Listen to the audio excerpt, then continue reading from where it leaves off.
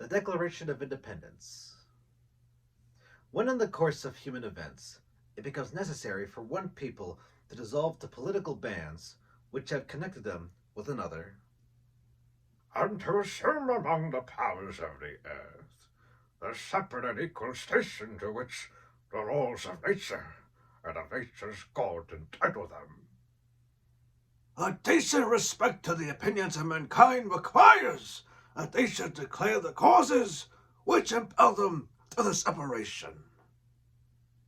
we hold these truths to be self-evident, that all men are created equal, and they are endowed by their Creator with certain unalienable rights.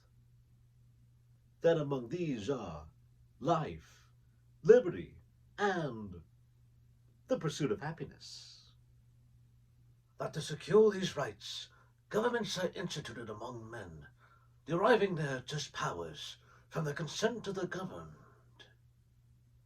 That whenever any form of government becomes destructive of these ends, it is the right of the people to alter or to abolish it and to institute new government, Laying its foundation on such principles, and organizing its powers in such form as to them shall seem most likely to affect their safety and happiness. Prudence indeed will dictate that governments long established should not be changed for light and transient causes. And accordingly, all experience hath shown that mankind is more disposed to suffer. While evils are sufferable, and to right themselves by abolishing the forms to which they are accustomed. But when a long train of abuses and usurpations, pursuing invariably the same object, evinces a design to reduce them under absolute despotism, it is their right, it is their duty, to throw off such government, and to provide new guards for their future security. Such has been the patient sufferance of these colonies, and such is now the necessity which constrains them to alter their former systems of government. The history of the present King of Great Britain is a history of repeated injuries and usurpations, all having in direct object the establishment of an absolute tyranny over these states. To prove this, let facts be submitted to a candid world. He has refused his assent to laws, the most wholesome and necessary for the public good.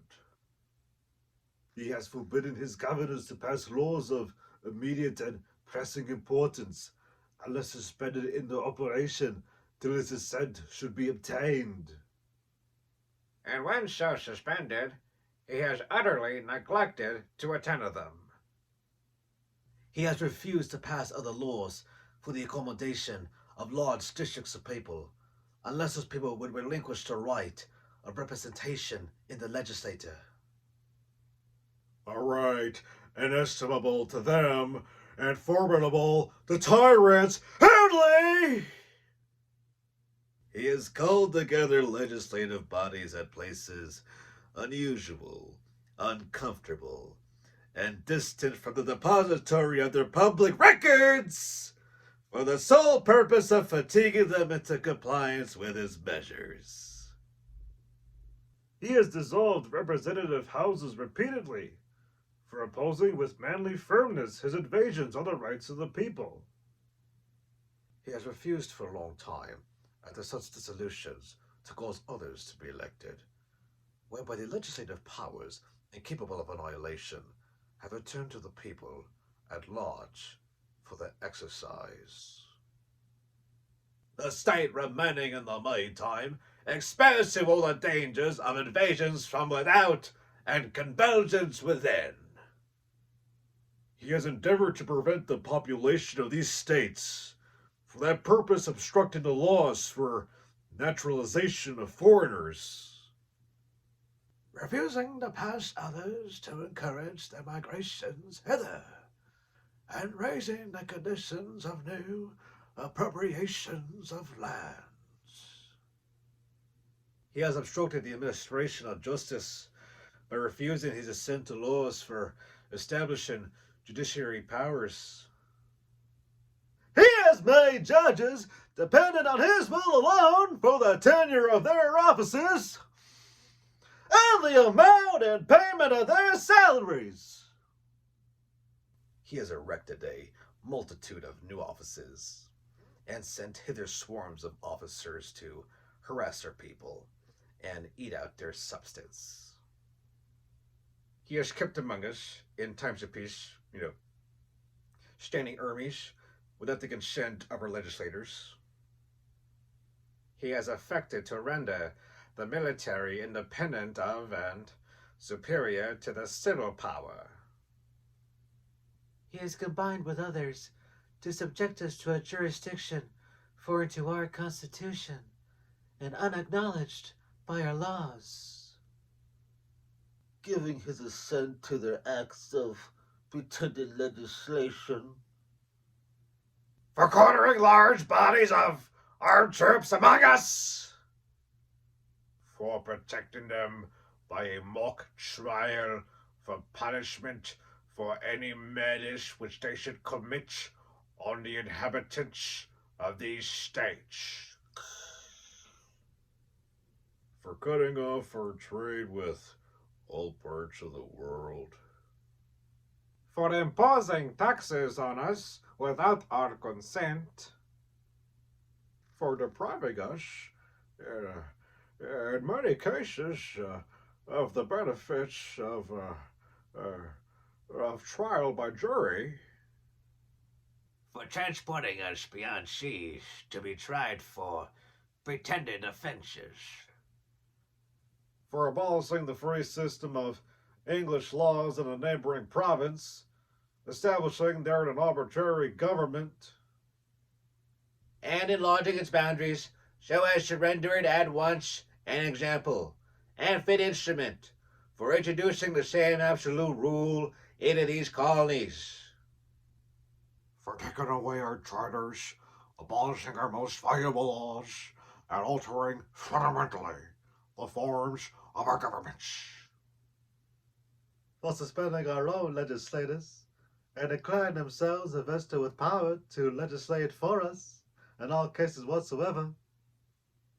He has abdicated government here by declaring us whale out of his protection and waging war against us. he has plundered our seas, ravaged our coasts, burnt our towns, and destroyed the lives of our people. He is at this time transporting large armies of foreign mercenaries to complete the works of death, desolation, and tyranny, already begun with circumstances of cruelty and perfidy, scarcely paralleled in the most barbarous ages. And truly, unworthy the head of a civilized nation. he has constrained our fellow citizens, taken captive on the high seas, to bear arms against their country, to become the executioners of their friends and brethren, or to fall themselves by their hands. He has excited domestic insurrections amongst us, and has endeavored to bring on the inhabitants of our frontiers, the merciless Indian savages, whose known rule of warfare is an undistinguished destruction of all ages, sexes, and conditions. In every stage of these oppressions, we have petitioned for redress in the most humble terms.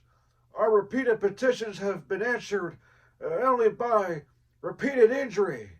Speaking of repeated injury, I stubbed my toe last week 4 times and it hurt like the dickens, man. A prince whose character is thus marked by every act which may define a tyrant is unfit to be as the ruler of a free people.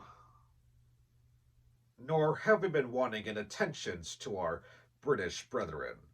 We have warned them from time to time of attempts by their legislator to extend an unwarrantable jurisdiction over us. We have reminded them of the circumstances of our immigration and settlement here. Hello? Did you get the Thanksgiving e-card? We sent it. We have appealed to their native justice and magnanimity, and we have conjured them by the ties of our common kindred to disavow these usurpations, which would inevitably interrupt our connections and correspondence. They too have, been deaf to the voice of justice and of consanguinity. We must therefore acquiesce in the necessity which denounces our separation, and hold them as we hold the rest of mankind. Enemies in war, in peace, friends. We therefore, the representatives of the United States of motherfucking America and General Congress, assembled, appealing to the Supreme Judge of the world for the rectitude of our intentions. Do, in the name and by authority of the good people of these colonies, solemnly publish and declare that these united colonies are, and of right ought to be, free and independent states. That they are absolved from all allegiance to the British Crown, and that all political connections between them and the state of Great Britain is and ought to be totally dissolved, And that as free and independent states, they have full power to levy war, conclude peace, contract alliances, establish commerce, And to do all other acts and things which independent states may of right do. And for the support of this declaration, with a firm reliance on the protection of divine providence, we mutually pledge to each other our lives, our fortunes, and our sacred honor. A great document, no matter who says it. Happy 4th of July.